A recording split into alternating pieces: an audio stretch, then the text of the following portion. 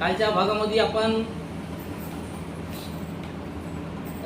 बिंबिसाराला जे बिंबिसार राजा जे आहे त्या राजाला दिलेलं सिद्धार्थाने उत्तर हे बघितलं।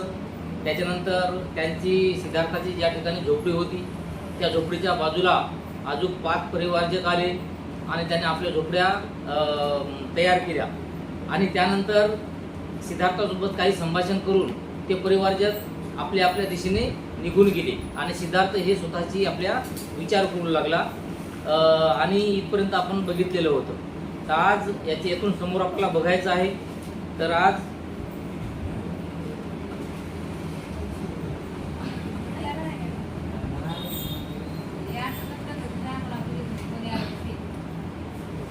आपल्याला बघायचं आहे आता सिद्धार्थ हे नव्या प्रकाशाच्या शोधात चाललेले आहे।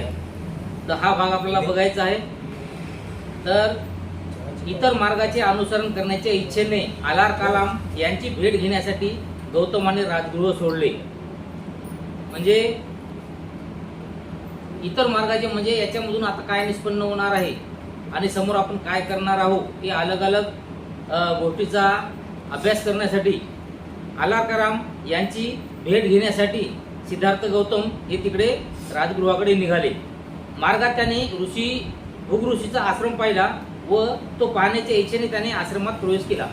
तर जाता जाता रस्त्याने सिद्धार्थाला एक भृग ऋषी जो होता त्या ऋषीचा आश्रम दिसला, म्हणून त्या आश्रम कसा असावा हे पाहण्यासाठी सिद्धार्थ त्या ठिकाणी गेले।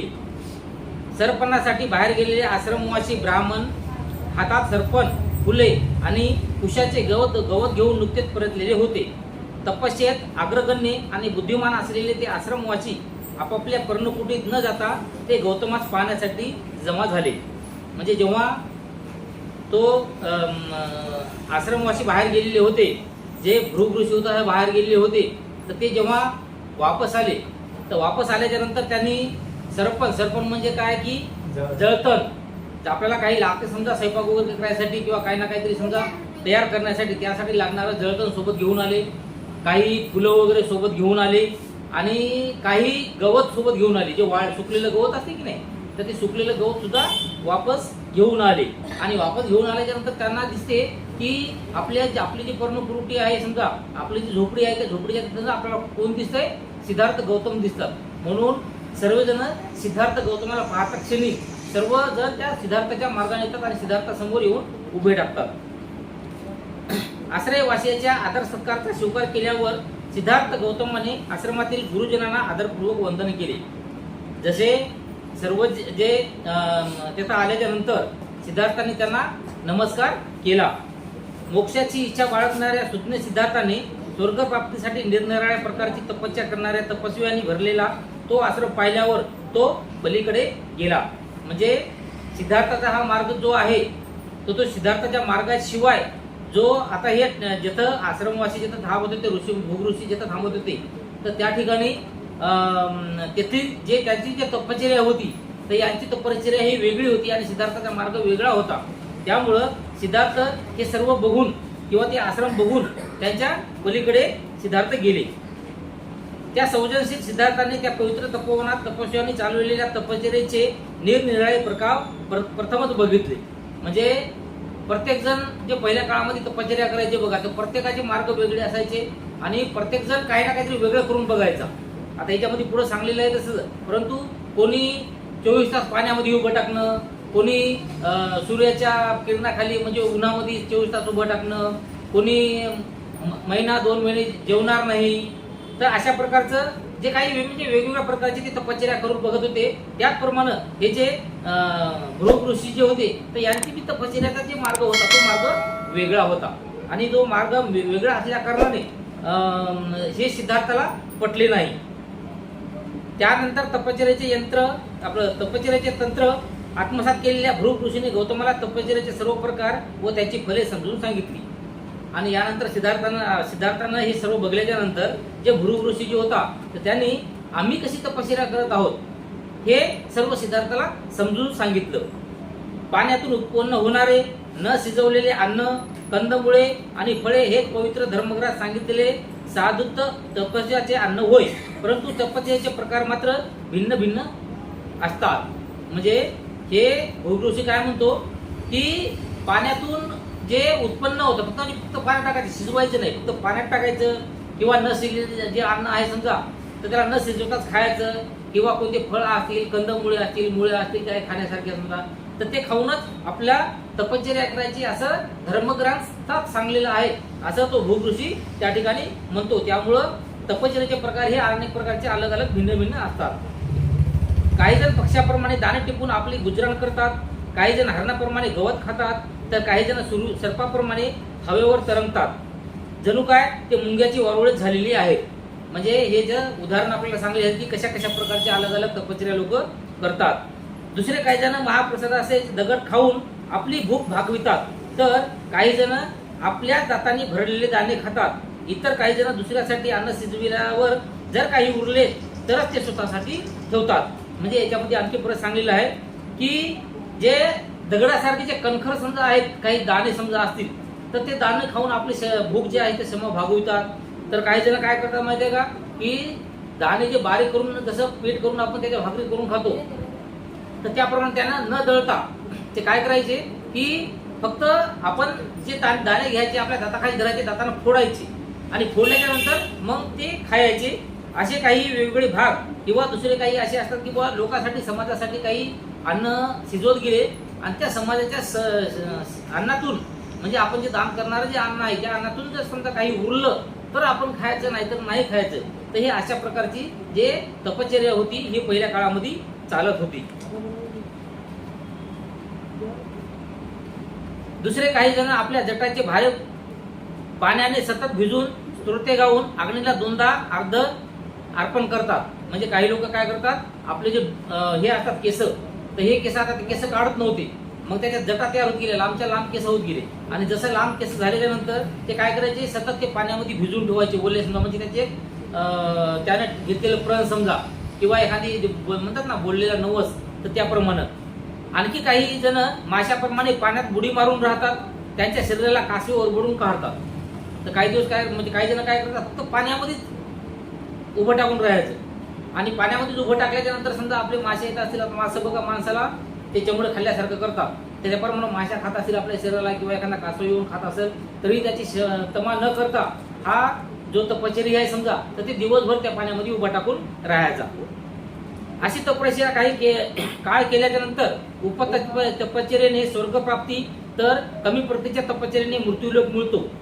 म्हणजे पहिल्या काळात असं म्हणणं होतं समजा की आपली तपश्चर्या समजा जास्त जर केली तर त्यामुळे आपल्याला स्वर्गप्राप्ती मिळते आणि समजा आपली तपश्चर्या कोणत्या प्रकारे समजा जर कमी झाली तर मग मात्र आपल्याला समोर चालून नरक प्राप्ती होते, नरकात जावं लागते. असं काही पहिल्या स्टोऱ्या होत्या.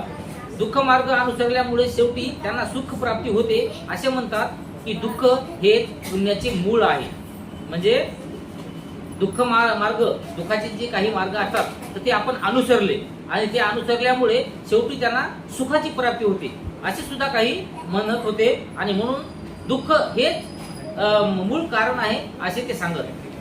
हे ऐकल्यावर गौतम म्हणाला, अशा प्रकारचा आश्रम मी आजच प्रथमच पाहत आहे. तुमचा हा तपश्चर्याचा नियमही मला समजलेला नाही.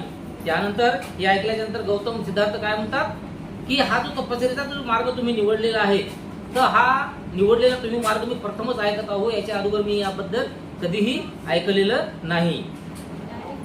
यावेळी मी इतके सांगू शकतो की ही आपली तपश्चर्या स्वर्गप्राप्तीसाठी आहे, तर अहिक जीवनातील दुःखाचा विचार करावा व त्यावरील उपाय शोधून काढावा अशी माझी इच्छा आहे. त्यामुळे सिद्धार्थांची परत त्यांना काय म्हणाले की आपली जी तपश्चर्या आहे हे स्वर्गप्राप्तीसाठी आहे, हे खरं आहे, परंतु ऐहिक जीवनाचा दुःखाचा विचार करावा. म्हणजे जगामध्ये कोणतं दुःख आहे, कशाचं दुःख आहे याचा तुम्ही विचार करावा आणि या दुःखाला नाहीसं करण्यासाठी किंवा नाहीसं करण्यासारखा एखादा कोणता तरी मार्ग तुम्ही शोधून काढावा. आपण मला जाण्याची आज्ञा द्या, मग मी आता इथून जाणार आहे, मला तुम्ही जाण्याची परवानगी द्या. साख्य तत्त्वज्ञानाचा अभ्यास करावा, स्वतः समाधी मार्गाचे शिक्षण घ्यावे आणि माझा प्रश्न सोडवण्याच्या बाबतीत काही मदत होते किंवा काय ते पाहावे अशी माझी इच्छा आहे. तेव्हा जाता जाता काय सांगून गेले ते की तुम्ही समाधी मार्गाचं जे शिक्षण आहे ते शिक्षण घ्या आणि मी सांगलो तुम्हाला, मी जे आता सांगितलं तर त्या प्रश्नाच्या बाबतीत समजा आपल्याला काही पूल उघडते का समजा आपल्यापासून काही आपण आपले जे प्रश्न आहेत ते सोडवले जातात का, याचा तुम्ही विचार करा आणि त्या परीनं तुम्ही अभ्यास करा असं सिद्धार्थ त्या भोग ऋषीला सांगतात आणि तिथून निघतात। याचप्रमाणे तपश्चर्यात गुंतलेले असताना आपण मला अशाप्रमाणे आश्रय दिला व अत्याधिक दया दाखवली, परंतु आपणाला मात्र मला सोडून दूर जावे लागणार आहे असा जेव्हा मी विचार करतो तेव्हा माझ्या आप्तस्वकीयांना सोडताना मला जसे दुःख झाले तसेच मला दुःख झालेले आहे।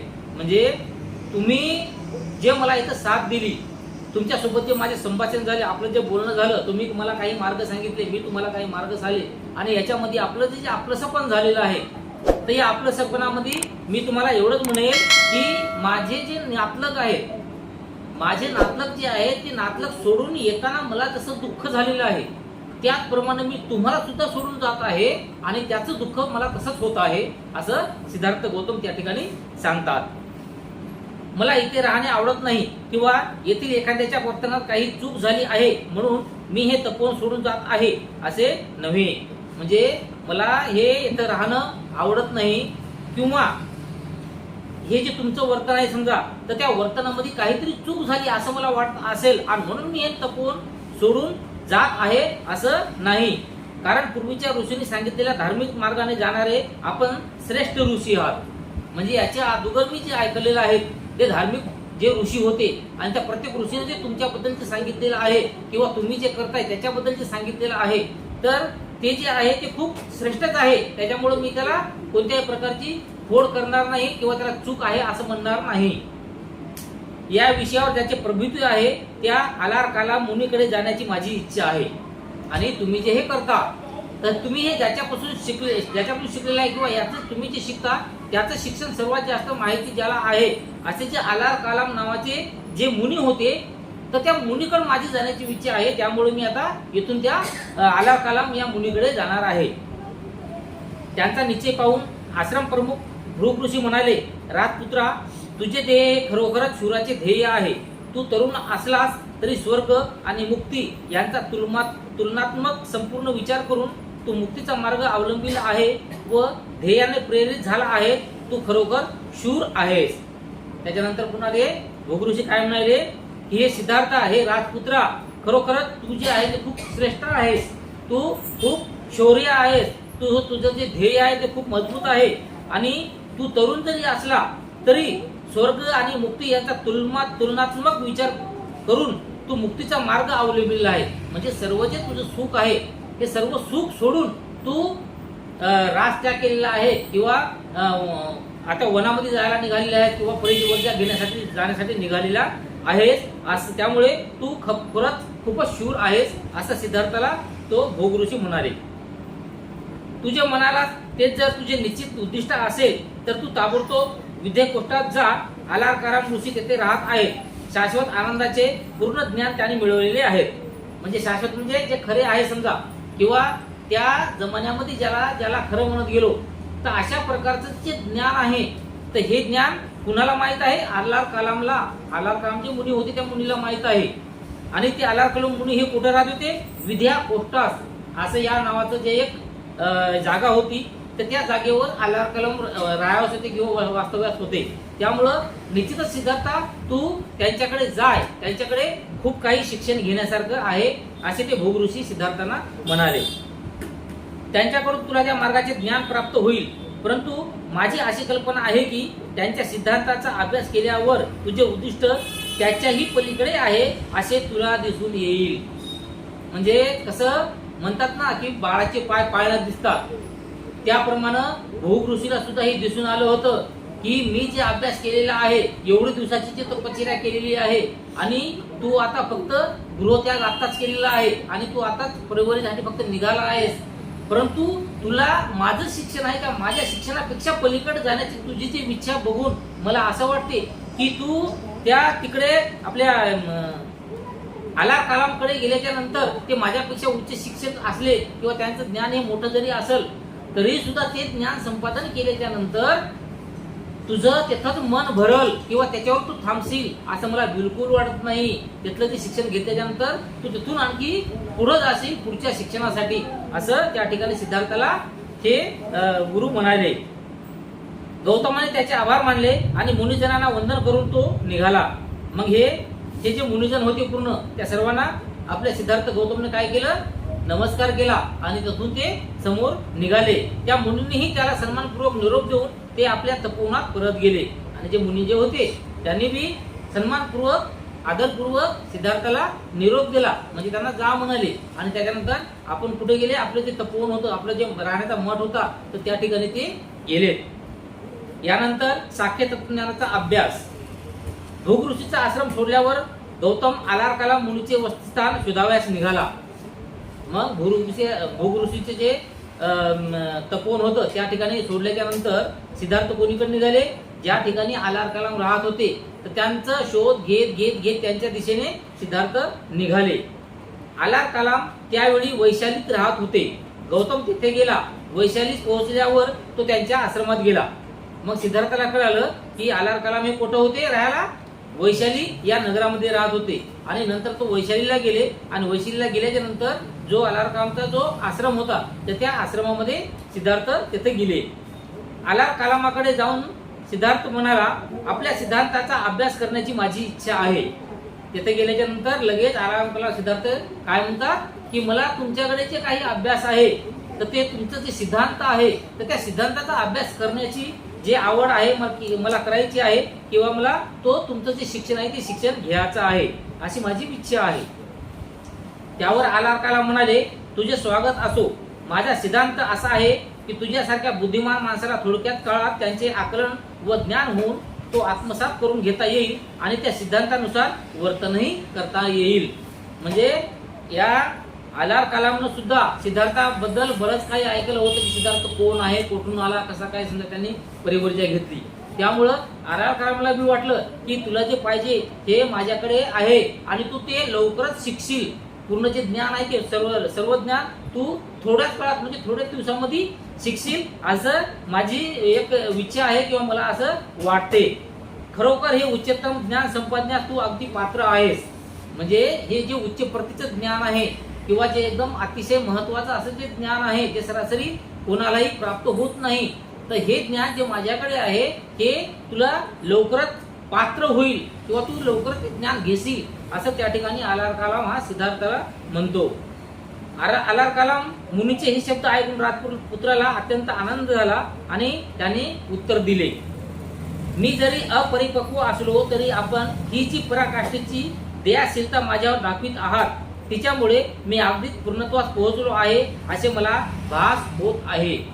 म्हणजे आलारकालामनं म्हणल्याच्या नंतर सिद्धार्थ काय म्हणतो की जेव्हा तुम्ही माझ्यावर विश्वास दाखवता म्हणजे याचा अर्थ खरंच मी त्या पात्रतेचा आहे आणि तुमच्याकडची जी विद्या आहे, जे ज्ञान आहे हे मी लवकरच संपन्न करल, लवकरच आत्मसात करल, असं आता मला सुद्धा माझा भरोसा वाटत आहे.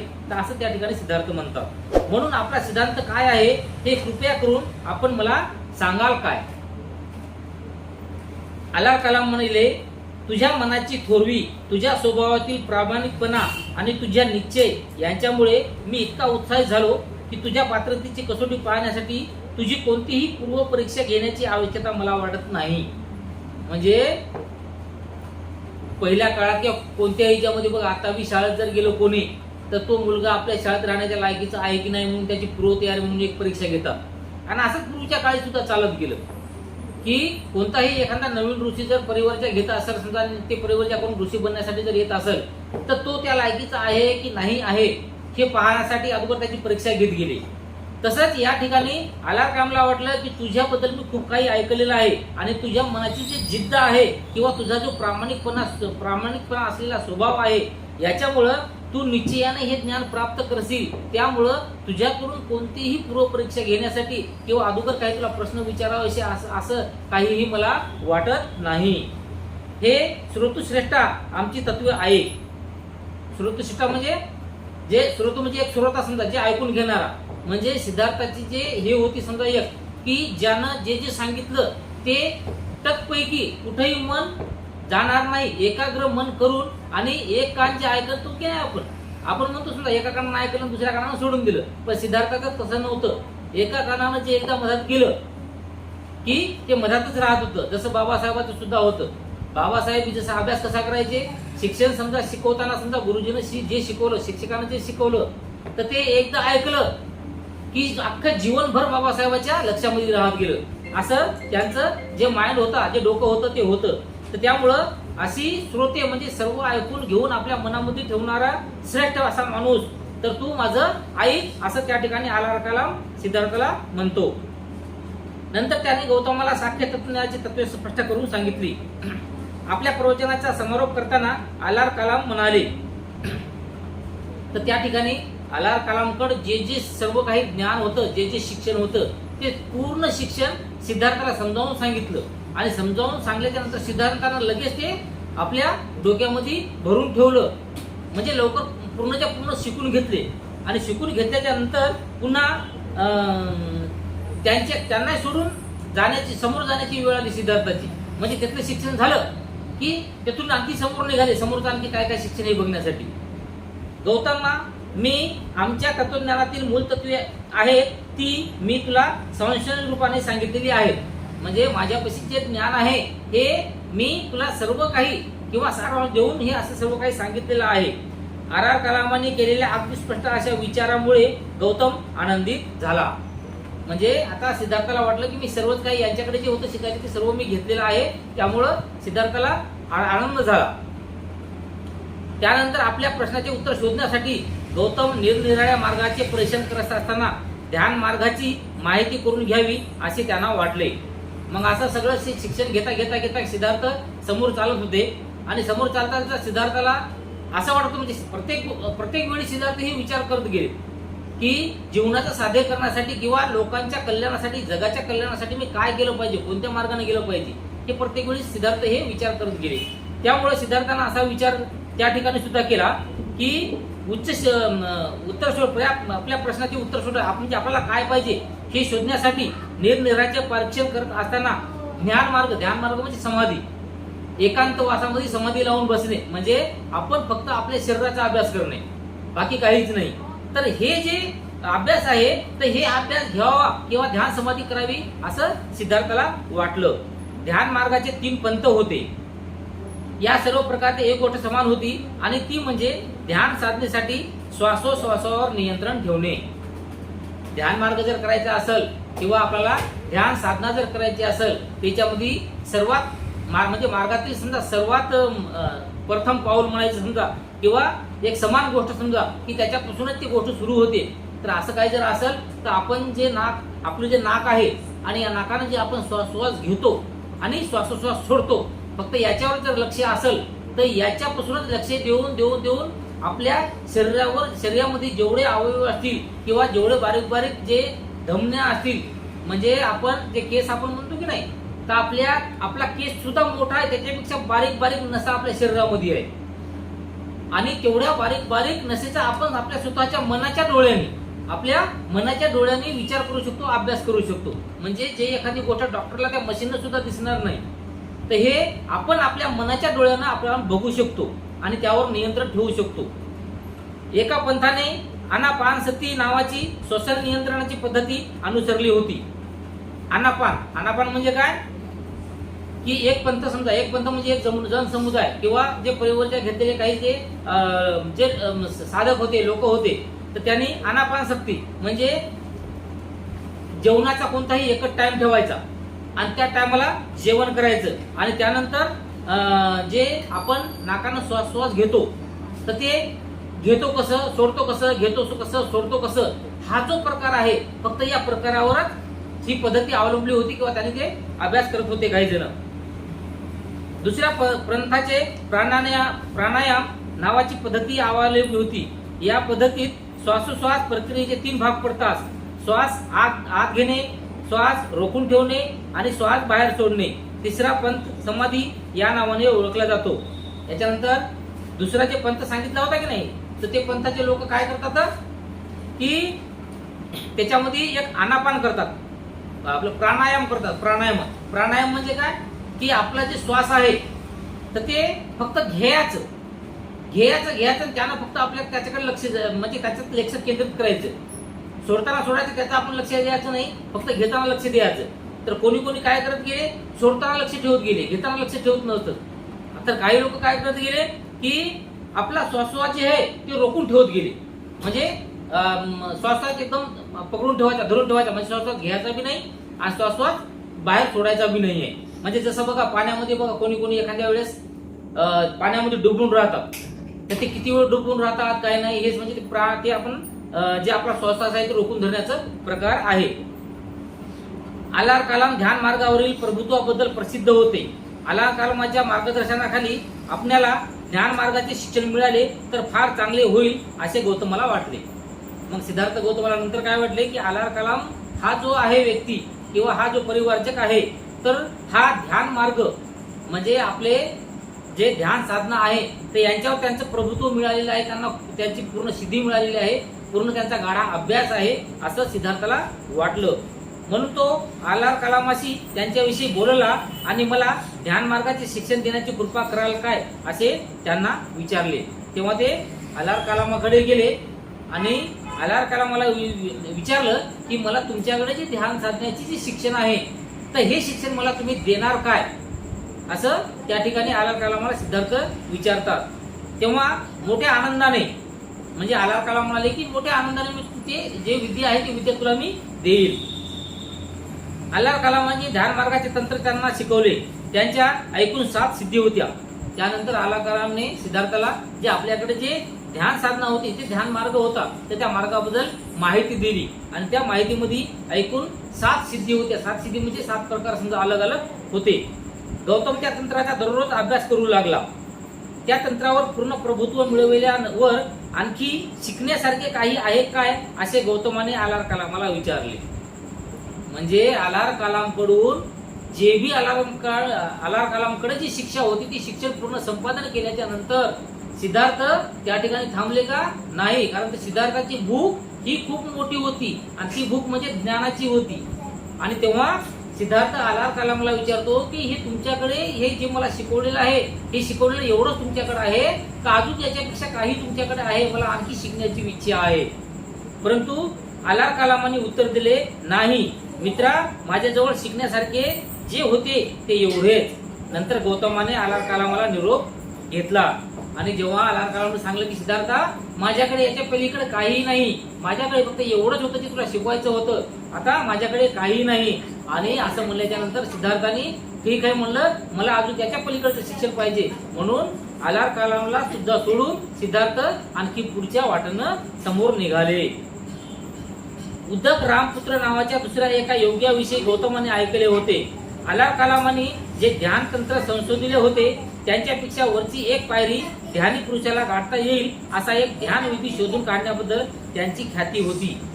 मग सिद्धार्थाला काय वाटले की आपण आलार कलामकडे जे ध्यान साधनेचं जे शिक्षण आहे ते शिक्षण पूर्ण घेतलेलं आहे, परंतु यांच्यापेक्षा मोठं शिक्षण किंवा यांच्यापेक्षा जास्त शिकलेले जे एक मुनी आहेत तर ते आहेत रामपुत्त. तर या रामपुत्राकडे आपण गेलं पाहिजे आणि त्यांच्याकडे जे शिक्षण आहे तर ते शिक्षण आपण घेतलं पाहिजे असं सिद्धार्थाला वाटलं. म्हणून सिद्धार्थ रामपुत्राचा शोध काढत समोर निघाले.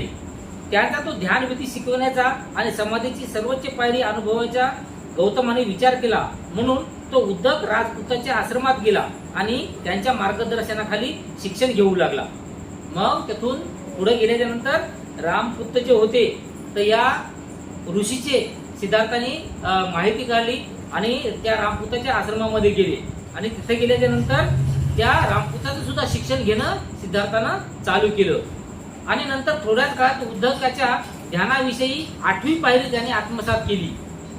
आपल्या आलार कलाम यांच्याकडे 7 साध्वी होत्या किंवा 7 अलग अलग प्रकारचे शिक्षण होते. तर ते 7 शिक्षण ऑलरेडी सिद्धार्थाने घेतलेच होते. आणि त्याच्यानंतर सिद्धार्थ कुठे आले?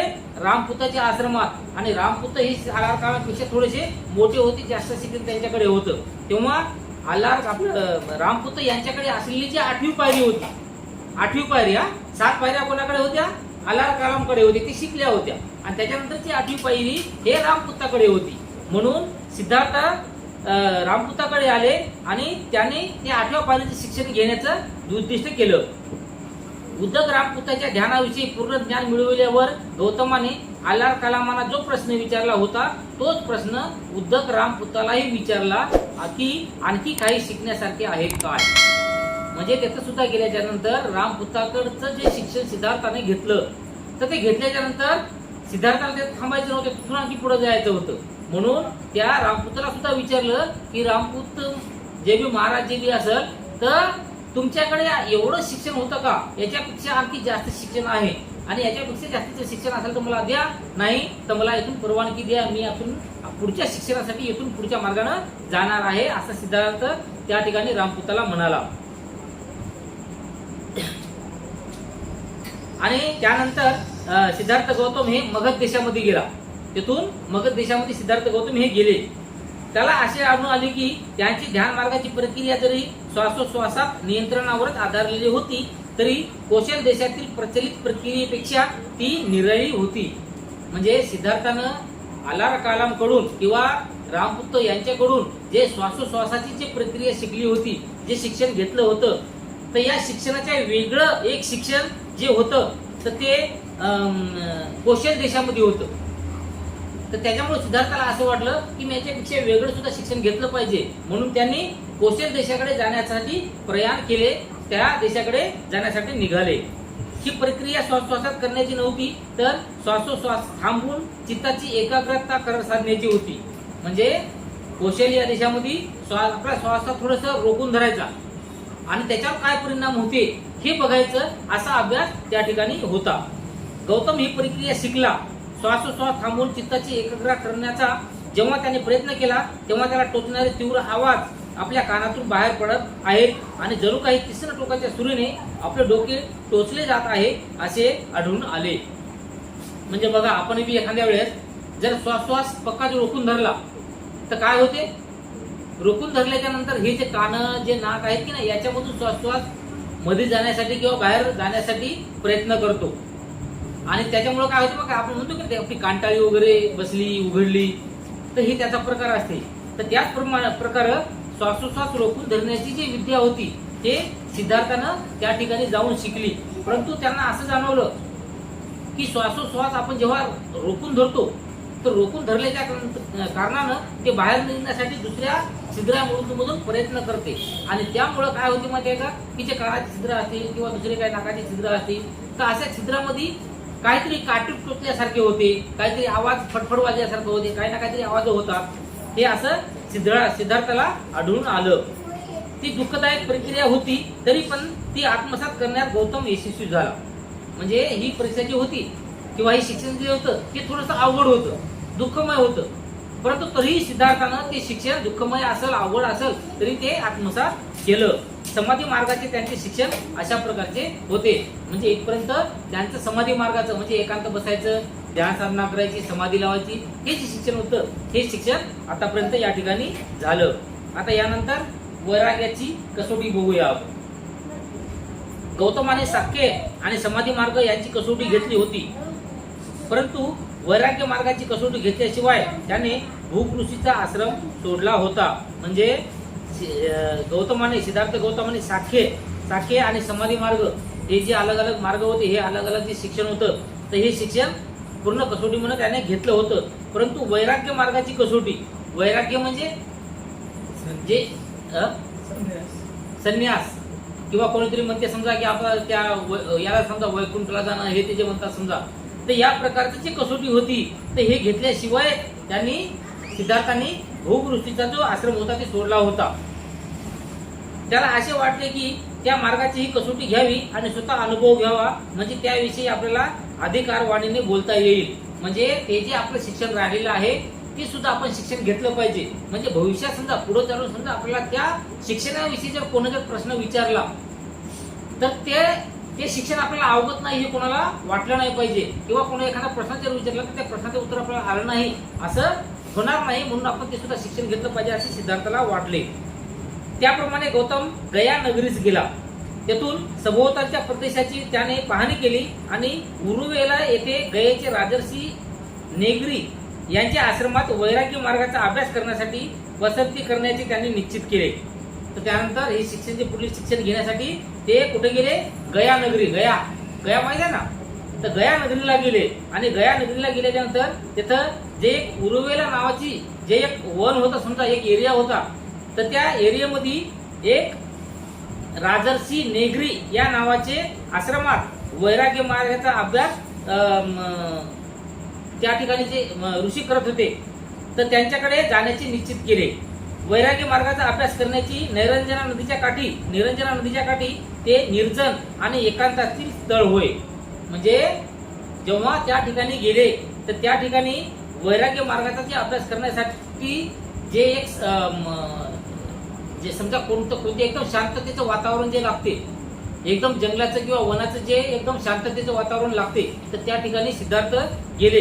तर त्या जंगलामध्ये एक नदी वाहत होती आणि त्या नदीचं नाव काय होतं? निरंजना.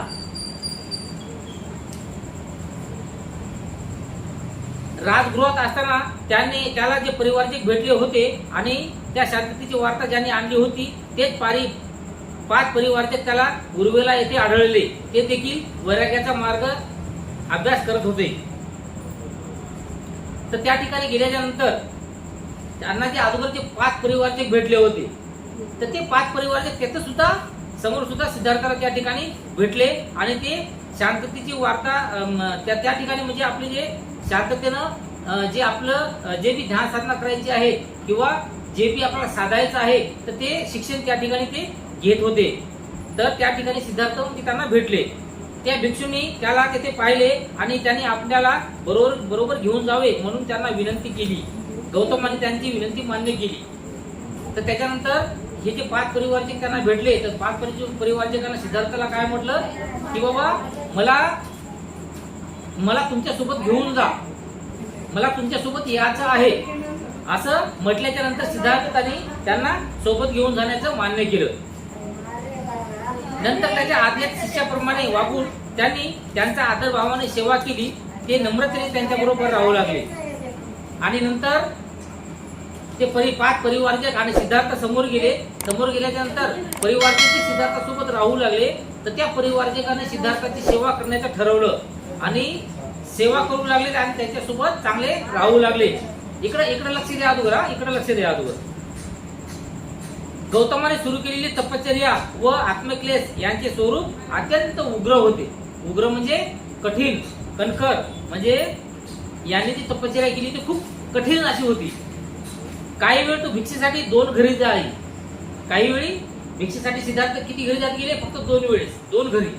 2 घरीच जायचं. तिथे भिक्षा भेटली तर भोजन करायचं आणि कदाचित एखाद्यावर भिक्षा भेटली नाही तर मग तसंच राहायचं, किंवा एखाद्या घरी भिक्षा भेटायची, एखाद्या घरी भिक्षा भेटायची नाही, तर मग तेवढ्यावरच आपलं उदरनिर्वाह म्हणजे आपण पोट भरून राहायचं सुद्धा असं सिद्धार्थानं ठरवलं. पण दर दिवशी 7 पेक्षा अधिक घरी तो जात नसे.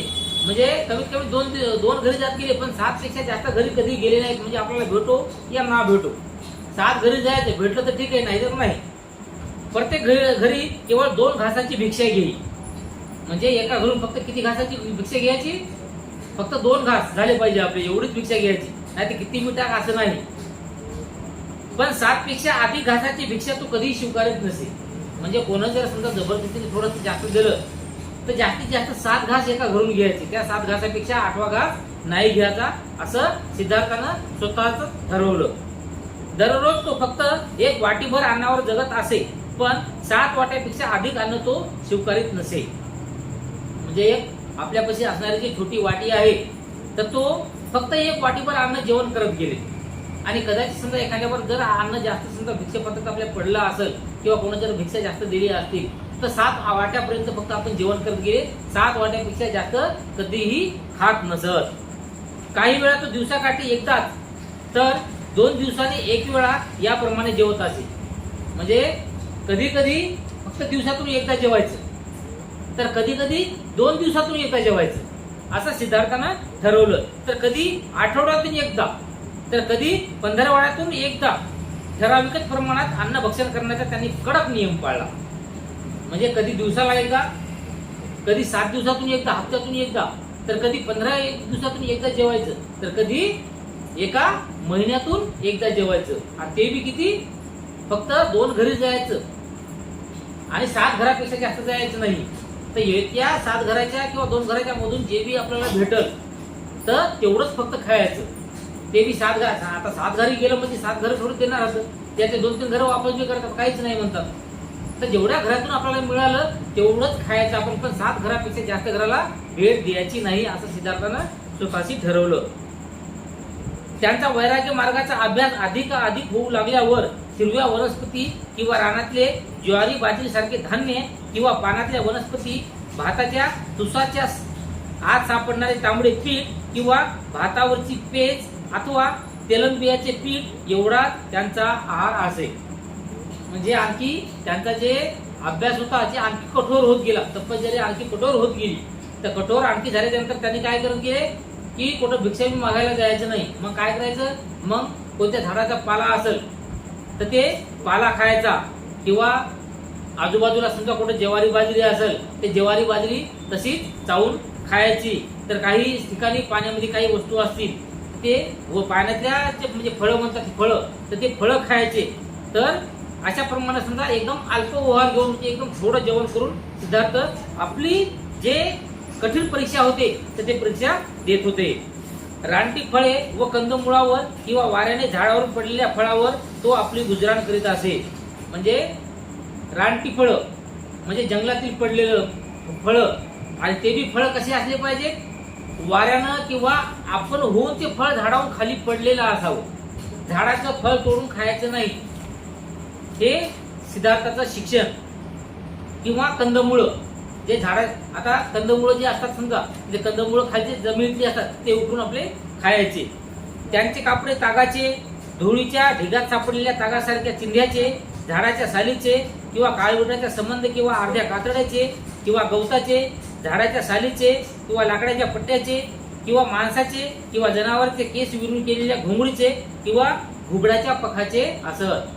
म्हणजे जेव्हा त्यांनी परिवर्जा घेऊन घर सोडून गेले तर त्यावेळी त्यांच्या अंगावर फक्त एक साधा कपडा होता, परंतु तो कपडा किती दिवस राहणार आहे, आता कालांतरानं काही दिवसात ते कपडा खराबच होणार आहे ना.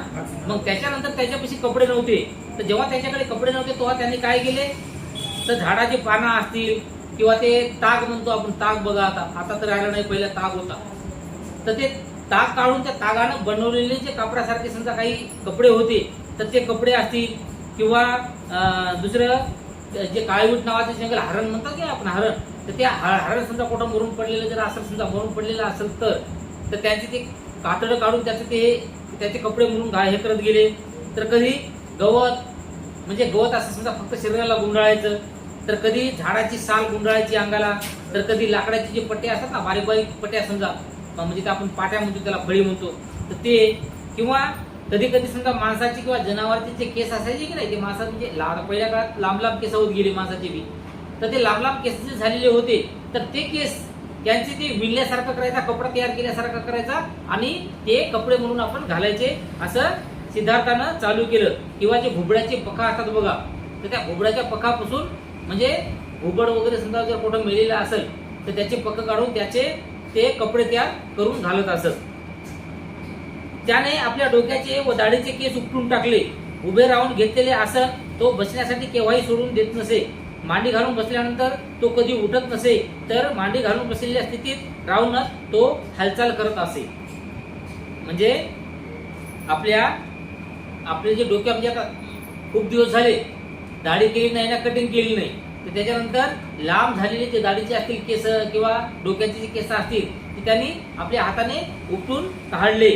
आणि त्यानंतर तो बसण्यासाठी जे उभं राहण्यासाठीचे काही आसन असते समजा, तर त्यांनी बसण्यासाठी घेतलं नाही, किंवा बसण्यासाठी काही जे आसन असेल ते उभं टाकण्यासाठी त्यांनी घेतलं नाही. आणि ते एकदा जर कुठं जर बसले ध्यान साधण्यासाठी तर किती वेळ त्याच्यामध्ये जात गेला हे सिद्धार्थाला बी समजत नव्हतं. म्हणजे एकदा ध्यानामध्ये मग्न झाले की दिवस जाईल, रात्र जाईल, किती तास जातील, किती दिवस जातील याचं काहीही भान नव्हतं.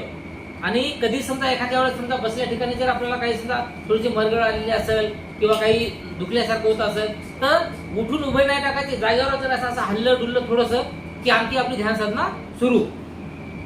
अशा प्रकारे निरनिराळ्या पद्धतीचा अवलंब करून तो वैराग्याच्या इतक्या पराकोटीला गेला की आपल्या शरीराला पराकाष्ठेच्या यातना आणि वेदना देण्यासाठी तो जगू लागला.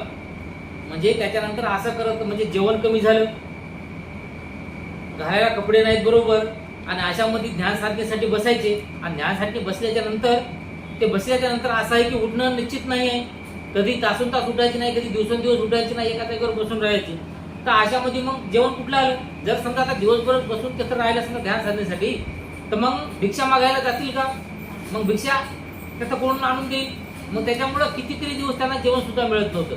त्यांच्यामुळं त्यांचं जे हे ध्यान साधण्याची जी कसोटी होती हे दिवसेंदिवस खूप कठीण होत होती.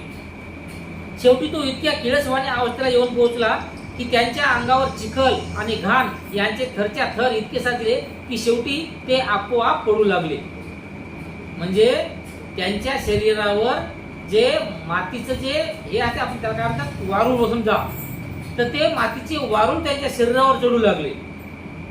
तरी वारूळ चढेपर्यंत सुद्धा सिद्धार्थ तिथून हलत नसेल. एकदा तपस्यात गेले की तपस्यात फक्त सुरू, बाकी बाहेर काय होईल याचं काही घेणं देणं नाही. तर वारूळच्या वारूळ चढत गेले, तर वारूळ आणखी चढायचे, वारूळ मोठे व्हायचे. मोठे झाल्यानंतर त्याच्यावर जे मातोडा आहे की नाही, ते मातोडा ऑटोमॅटिक खाली पडायचा आणि आणखी पुन्हा वारूळ त्याच्यावर चढायचं. तरी पण सिद्धार्थाला जाग यायचा नाही. सिद्धार्थ हे एखाद्या आपल्या त्या तपश्चर्येमध्ये गुंग राहायचे. अरण्याच्या भयान अशा अंतर्भागात त्यांनी आपली वस्ती केली होती. म्हणजे खूप मोठं जंगल होतं आणि खूप मोठ्या म्हणजे त्या जंगलामध्ये कोणता माणूस जाणार नाही ना कोणी, म्हणजे एकदम फक्त जनावरे वगैरे त्या जंगलामध्ये असतील. तर अशा भयानक जंगलामध्ये सिद्धार्थानं आपली वस्ती केली होती. तो भाग कोणाच्याही अंगाचा थरकाप होईल इतका भयान होता. म्हणजे कोणाला जर त्या जंगलाचं सुद्धा नाव जरी घेतलं तरी त्या जंगलाच एवढी भीती वाटायची, तर त्या जंगलात जाणं दूरच राहिलं. तर अशा जंगलामध्ये सिद्धार्थानं आपलं वास्तव्य तिथं बनवलं. त्यात जाण्याचे धाडस केवळ मूर्ख मनुष्यच करू शकत असतात. म्हणजे शहाणा माणूस त्या जंगलामध्ये कोणी जाऊ शकत नाही. तर एवढं भयानक असं जंगल होतं. जेव्हा हिवाळ्यात रात्री अत्यंत कडक थंडी पडत असे तेव्हा कृष्ण पक्षाच्या रात्री तो उघड्या हवेत राहत असे आणि दिवसा तो काळ्या कुट्ट गर्द झाडीत राहत असे. म्हणजे जेव्हा हिवाळ्यामध्ये जास्त थंडी पडायची, तर जेव्हा थंड पडायची कृष्ण पक्षाच्या रात्री, म्हणजे ज्या रात्री चंद्राचा उजेड राहतील समजा, कृष्ण पक्ष म्हणजे अंधार राहतो. नाही अंधार नाही कृष्ण काळा होता ना, मग त्याला कृष्ण पक्ष म्हणतो. अच्छा, तर हा कृष्ण पक्ष म्हणजे अंधार एक अंधोरा समजा याच्यामध्ये जिथे एकदम अंधारात अंधार आहे समजा, अमावस्येच्या काळामधला जे दिवस म्हणतो आपण बघतो की त्याप्रमाणे. तर अशा काळ्या कुट रात्रीमध्ये तो फक्त उघड्या हवेमध्ये राहायचा. म्हणजे कपडे नाहीत, काही नाहीत आणि फक्त आपले उघडं म्हणजे आपली खेळती, एक तर थंडी त्याच्यामध्ये खेळती हवा तिच्यामध्ये राहत असत आणि दिवसा तो काळ्या कुट्ट गर्द झाडीत राहत असे. आणि दिवसाला कुठं राहायचं, जिथं झाडी आहे समजा की ते एवढी दाट झाडी आणि त्या दाट झाडीमध्ये त्या दाट झाडीमुळे पडणारा अंधार. तर अशा अंधारामध्ये दिवसा सिद्धार्थ त्या ठिकाणी राहत गेले. परंतु पावसाळ्यापूर्वी जेव्हा कडक उन्हाळ्याचा शेवटचा महिना येईल तेव्हा दिवसा तो अंग भाजून काढणाऱ्या उन्हात राहील आणि रात्री गुदमरून टाकणाऱ्या गर्द झाडीत राहील. म्हणजे जेव्हा उन्हाळ्याचा जेव्हा शेवटचा महिना राहत गेला की नाही, त्यावेळेस सिद्धार्थ काय करत गेले, एकदम उन्हामध्ये म्हणजे आपलं अंग भाजून निघलं पाहिजे अशा उन्हात उभे टाकत गेले किंवा बसत गेले आणि रात्री गुदमरून टाकणाऱ्या सर्व झाडीत, म्हणजे झाडीमध्ये आता उन्हाळा आहे समजा, उन्हाळ्यामध्ये झाडांना हवाच लागत नाही बिलकुल. तर जेव्हा ज्याचं झाडांना हवा लागणार नाही त्या ठिकाणी गरमी किती होईल, तर त्या गरमीमध्ये सिद्धार्थ राहत गेले. म्हणजे त्यांचा म्हणणं असं होतं समजा की याच्यामधून सुद्धा आपण तपश्चर्या शिकली पाहिजे, म्हणजे आपल्या शरीराला कठोर यातना दिल्या पाहिजेत, असं सिद्धार्थाचं एक अभ्यास करण्याची कला होती. जळलेल्या हाडाची उशी करून तो मशानात झोपे. म्हणजे कोणते प्राणी वगैरे जर मेलेले असतील तर त्या प्राण्याचे जे हाडं बाहेर पडलेले असतात बघा जळल्याच्या नंतर किंवा मेल्याच्या नंतर, तर ते हड्डी आपल्या उशीला घेऊन त्या ठिकाणी मशानामध्ये म्हणजे याच्यामध्ये समजा जिथं आपण मांस वगैरे हे करतो तर त्या ठिकाणी सुद्धा सिद्धार्थ झोपत गेले.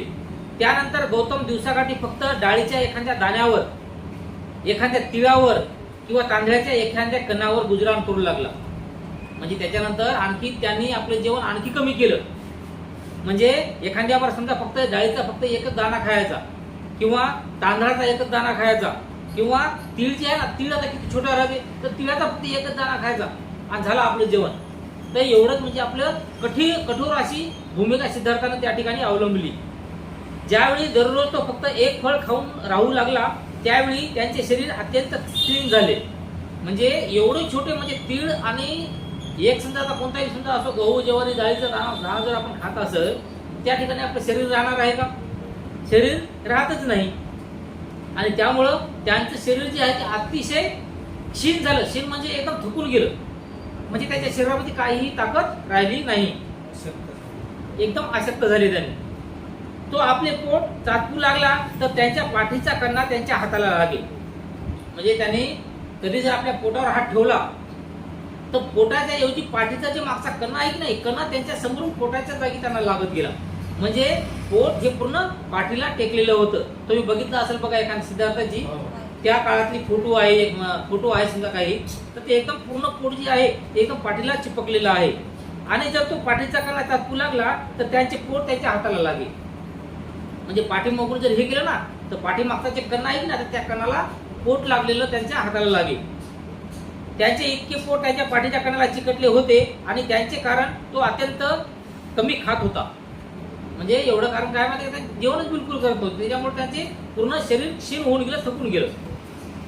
त्यानंतर गौतमाने सुरू केलेली तपश्चर्या आणि त्यांचे आत्मक्लेश यांचे स्वरूप अत्यंत उग्र असे होते. म्हणजे सिद्धार्थाने जी ही तपश्चर्या सुरू केली तर हे खूप उग्र अशी तपश्चर्या होती. अशा प्रकारची त्यांनी तपश्चर्या व आत्मक्लेश 6 वर्षापर्यंत गेली. म्हणजे असंच काहीच खाणं नाही पिणं नाही, फक्त एखाद्यावर केव्हा तरी जेव्हा आठवण झाली काहीतरी खायची, मग ती आठवण हप्त्याला व्हायची नाही तर महिन्याला व्हायची, तर तेव्हा काहीतरी ते थोडंफार खायचं. असं या सिद्धार्थाचं चालत गेलं. आणि असं करत करत सिद्धार्थाला किती वर्ष तपश्चर्या गेली? 6 वर्ष. म्हणजे एकाच जागी 6 वर्ष बसून राहिले. आपल्याला 6 मिनिट बी एका जागी बसू वाटत नाही, पण सिद्धार्थ 6 वर्ष एका जागी बसून राहिले. तरीही त्याला नवीन मार्ग प्रकाश दिसला नव्हता आणि ज्या प्रश्नावर त्याने मन केंद्रित केले होते त्या ऐहिक दुःखाविषयीच्या प्रश्नाला त्याला यंकितीही उलगडा झाला नव्हता. म्हणजे सिद्धार्थाच्या मनामध्ये काय होतं की मी असं काहीतरी ज्ञान संपादन करल की ज्यामुळं संपूर्ण जगाचं कल्याण होईल. आणि 6 वर्ष तपश्चर्या केल्याच्या नंतर बी जगाचं कल्याण कशाने होणार आहे हे सिद्धार्थाला अजूनही कळालं नाही. त्यामुळे सिद्धार्थाने आपली तपश्चर्या चालूच ठेवली. तो स्वतःशीच विचार करू लागला, हा मार्ग वासनामुक्त होण्याच्या किंवा पूर्ण ज्ञानाचा अथवा मुक्तीचा नाही. म्हणजे तेव्हा सिद्धार्थाला असं कळालं की मी काहीच न खाता पिता जे तपश्चर्या करायलो, तर हे तपश्चर्या जे आहे तर ही जरी समजा वासनामुक्त जरी असेल तरी याच्यामुळे पूर्ण ज्ञान मिळच असं नाही हे सिद्धार्थाला कळालं. आणि काही जण इहलोकासाठी दुःख भोगतात तर इतर लोक स्वर्ग लोकासाठी कष्ट सहन करतात. म्हणजे काही लोक म्हणजे काय करतात समजा माहिती आहे का, की दुसऱ्यासाठी समजा आपल्या स्वतःसाठी नाही दुसऱ्यासाठी दुःख भोगतात. तर काही लोक स्वर्गासाठी म्हणजे मी समोर चालून स्वर्गामध्ये गेलं पाहिजे तर याच्यासाठी कष्ट सहन करतात म्हणजे दुःख भोगतात. असेच्या पाठीमागे लागल्यामुळे दुःखी ठरलेले आणि नेहमी ध्येयच्युत होणारे सर्व प्राणी मात्र सुखाच्या आशेने निश्चितपणे दुःखात पडतात. म्हणजे प्रत्येक जण हा सुखाचा शोध असा घेतो की सुखाचा शोध घेता घेता ते कधी दुःखामध्ये पडल हे त्यांना सुद्धा जाणत नाही. असा सिद्धार्थ त्या ठिकाणी विचार करतो. माझ्या बाबतीत देखील काहीसे असे झाले आहे काय? तेव्हा सिद्धार्थाला वाटलं की कदाचित माझ्याविषयी सुद्धा असं झालं नसेल ना, कारण तर मी सुख शोधायला चाललोय परंतु हे सुख शोधता मला दुःख तर मिळत नसेल ना. म्हणजे का असं सिद्धार्थाला का वाटलं? कारण सिद्धार्थाने ही जेवण कमी केलं. जेवण केल्यामुळे त्यांचं शरीर क्षीण झालं, थकल्या गेलं आणि थकल्या गेल्यामुळे त्यांच्यामध्ये जीवच उरला नाही समजा. आणि मग जेव्हा त्या जीवच नाही उरला तर समोरची जी एवढी मोठी जी शिक्षण आहे जी तपश्चर्या आहे तर ती तपश्चर्या सिद्धार्थ कसे करू शकणार असा सिद्धार्थाला एक विचार येऊ लागला. मी जो दोष देतो तो प्रयत्न नव्हे, कारण हा प्रयत्न हीन दर्जाचा मार्ग टाळून उच्च दर्जाचा मार्ग अनुसरण्याचा आहे. तेव्हा सिद्धार्थ असे सुद्धा म्हणाले की मी मला जे दोष देतो तर हा जो दोष आहे किंवा हीन दर्जाचा मार्ग जो टाळून म्हणजे साध्या याचा मार्ग जे टाळून उच्च दर्जाचा मार्ग अनुसरण्याचा आहे असं तो विचार करू लागले. माझा प्रश्न असा आहे की शारीरिक क्लेशांना धर्म म्हणता येईल काय? आता सिद्धार्थाला प्रश्न काय पडला की शारीरिक क्लेश म्हणजे शरीरावरचं असणारा समजा एक हे समजा काय म्हणतात त्याला आपण आता मळ म्हणतो समजा, मळ म्हणू किंवा शरीरावर असणारे काही समजा धूळ म्हणू, तर अशा संदर्भामध्ये हे जे क्लेश आहेत आपल्या मनावर, आपल्या शरीरावर जे काही हे आहे समजा, तर त्यांना आपण धर्म म्हणू शकू काय, असं सिद्धार्थ स्वतःलाच विचारतात. ज्या अर्थी मनाच्या प्रेरणेने शरीर कार्य करते किंवा कार्य करण्याचे थांबवते, म्हणजे आपलं मन, आणि आपलं मन जे आहे ते आपलं जे पूर्ण शरीर आहे त्या शरीराला आदेश देत राहते. जसा समजा आता हे हात आहे, आपलं मन सांगते या हाताला बाबा हात उचल, जेवताना बाबा खालचा घास घे, मग हात घास घेणार, मग हे वरीने, मग वरीने नेणार, पुन्हा मग ते आपण तोंडात घाल म्हणलं की ते हात तोंडात घालणार. म्हणजे हे सर्व जे मशीन, आपली मशीन जे आहे समजा, आपलं जे सर्व शरीर आहे ते शरीर याला जे चालवणारे असते ते कोण असते, मन असते. म्हणजे मन जसं सांगेल किंवा मन जसं म्हणेल त्याप्रमाणे आपलं शरीर हे हालचाल करत असते. आर्थिक विचारावर ताबा ठेवणे हेच योग्य होय. विचाराखेरीज शरीर हे कुत्र्याप्रमाणे आहे. म्हणजे आपण या सर्व गोष्टीवर विचाराचा ताबा ठेवला पाहिजे, मनावर ताबा ठेवला पाहिजे. आणि समजा आपण आपल्या मनावर जर आपला ताबा नसेल तर म्हणजे मात्र आपण आपलं जगणं किंवा आपलं शरीर हे एखाद्या कुत्र्यासारखं आहे. कारण कुत्र्याला मन असते का, नाही. कुत्रं कोणीकडे निघते, त्याला हे समजत नाही समजा आपण काय खायलो, कुठं खायलो, त्याच्यानंतर त्याला हे बी समजत नाही समजा की आपण कोठं राहिलो, कुठं राहिलो, चिखलात चालू, काही समजत नाही. असं सिद्धार्थ स्वतःसाठी विचार करतात. जर केवळ शरीराचाच विचार करावायचा असता तर अन्न शुद्धीने पवित्र लाभले असते. मग सिद्धार्थाला असं समजलं की नुसतं शरीराचाच फक्त आपण विचार जरी केला असता तर शरीराला काय लागते, फक्त अन्न लागते. म्हणजे अन्न जर आपण खाल्लं किंवा अन्न आपल्याला मिळालं तर त्यामुळेच आपल्याला काही ना काही पवित्र लाभलं असतं. पण मग कर्त्यामध्येही पवित्र असतेच. म्हणजे जसं शरीरामध्ये सुद्धा पवित्र समजा असते काही ना काही, तसंच आपलं कर्ता म्हणजे आपण काय करतो त्याच्यामध्येही काही पवित्र असलं पाहिजे, असा सिद्धार्थ विचार करतात.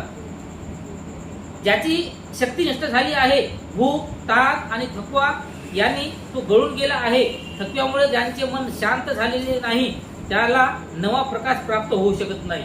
म्हणजे सिद्धार्थाला तेव्हा काय कळालं की जेव्हा आपल्या शरीर जर थक्क झालेलं आहे, थकलेलं जर असेल तर थकलेल्या शरीरानं आपलं मन काहीही काम करू शकणार नाही किंवा कोणता तपश्चर्या आपलं मन करू शकणार नाही.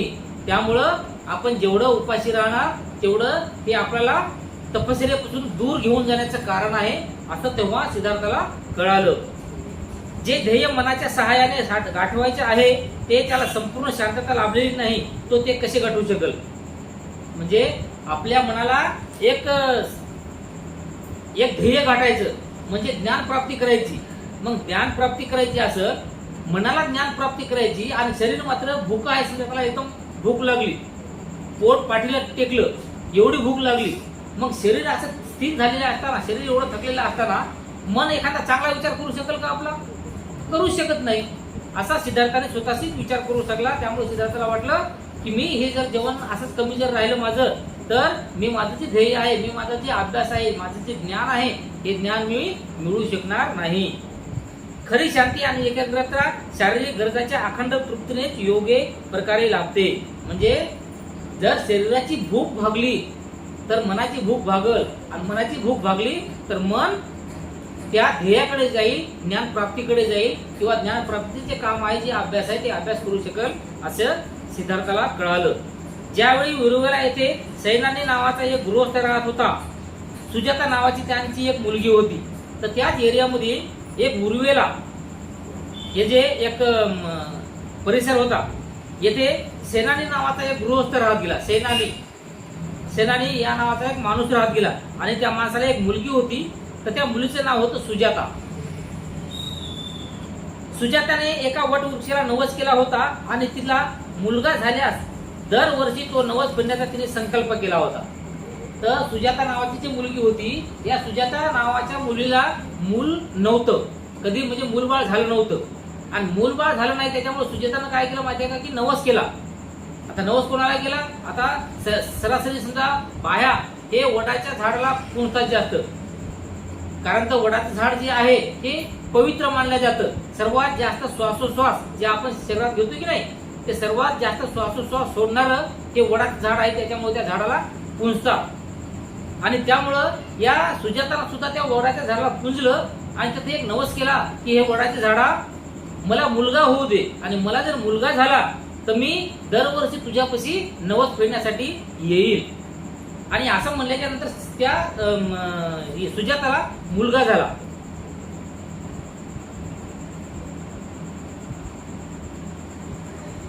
तिची इच्छा पूर्ण झाल्यावर तिने पन्ना नावाच्या दासीला नवस फेडण्यासाठी जागा तयार करण्यासाठी पाठवले.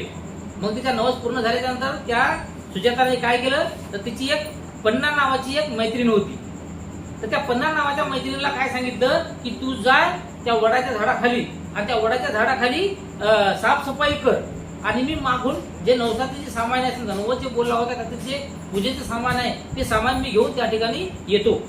असं झाल्यावर त्या वडवृक्षाखाली गौतम बसलेला पाहून पन्नाला वाटले की तो वृक्षदेवच अवतरला आहे, आणि त्याच वडाच्या झाडाखाली सिद्धार्थ हे तपश्चर्येला बसले होते. आणि मग त्या तपश्चर्येला बसलेले सिद्धार्थ त्या पन्ना नावाच्या मुलीने बघितले, आणि बघितल्याच्या नंतर त्या पन्ना मुलीला काय वाटलं की या ठिकाणी हे वृक्षदेव म्हणजे झाडाचा देवता, तर त्या झाडाचा देवताच या झाडाखाली अवतरलेला आहे, या ठिकाणी बसलेला आहे, असं त्या पन्ना नावाच्या मुलीला दिसलं. सुजाता आली आणि स्वतः शिजवलेले अन्न तिने सोन्याच्या पात्रात गौतमाला वाढले. तर नंतर सुजाता आल्यानंतर सुजाताने ते बघितलं, आणि सोन्याचं जे एक ताट होतं तर त्या सोन्याच्या ताटामध्ये आपण जे आणलेलं काही जेवण होतं तर ते जेवण त्या सोन्याच्या ताटामध्ये सिद्धार्थाच्या समोर वाढलं. सिद्धार्थाला ते पात्र घेऊन तो नदीकाठी गेला, आणि त्यानंतर सिद्धार्थाला काय केलं माहिती आहे का की तो पात्र म्हणजे ती परात घेतली आणि तो नदीकडे गेला. सुपतिष्ठ नावाच्या घाटावर त्याने आंघोळ केली, आणि मग त्याने त्या अन्नाचे भक्षण केले. तर त्या नदीच्या काठाला एक सुपतिष्ठ नावाचं एक काठ म्हणजे एक किनारा, समजा एक किनारा, सुपतिष्ठ त्या किनाऱ्याचं नाव ठेवलेलं होतं. तर त्या किनाऱ्यावर गेले, आणि त्या किनाऱ्यावर जाऊन तिथं स्वच्छ आंघोळ घेतली, आणि आंघोळ घेतल्याच्या नंतर जे सुजाताला जे वाढलेलं भोजन होतं तर ते भोजन त्या ठिकाणी सिद्धार्थानं केलं. याप्रमाणे त्यांची वैराग्य मार्गाची कसोटी संपली. म्हणजे कितीतरी दिवसाच्या नंतर सिद्धार्थानं त्या ठिकाणी जेवण केलं, आणि तिथं जेवण केल्यामुळं जे वैराग्याची कसोटी होती म्हणजे शरीराला मारून जे आपण करत होतो अशी जी कसोटी होती, तर या कसोटी त्या ठिकाणी सिद्धार्थाची ही संपली. तपश्चर्या आणि आत्मक्लेश यांचा गौतमाने त्याग केल्यामुळे त्यांच्या बरोबर असलेले ते 5 तपस्वी त्यांच्यावर रागावले, आणि तिरस्काराने ते त्याला सोडून गेले. आता हे जेवण केलं सिद्धार्थानं, भोजन केलं.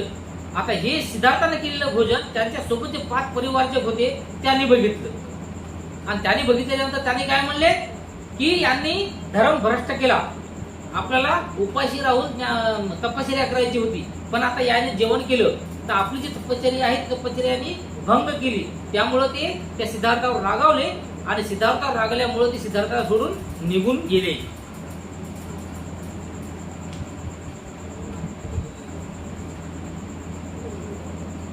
त्यानंतर आता भाग 4 आहे. तर ह्या भाग 4 आता उद्या बघायला हरकत नाही, उद्या बघूया. तर आज सिद्धार्थाचं मला एक आशा आहे की तुम्हाला सर्व काही समजलेलं असेल. समजलं ना? ठीक आहे. साधू साधू साधू.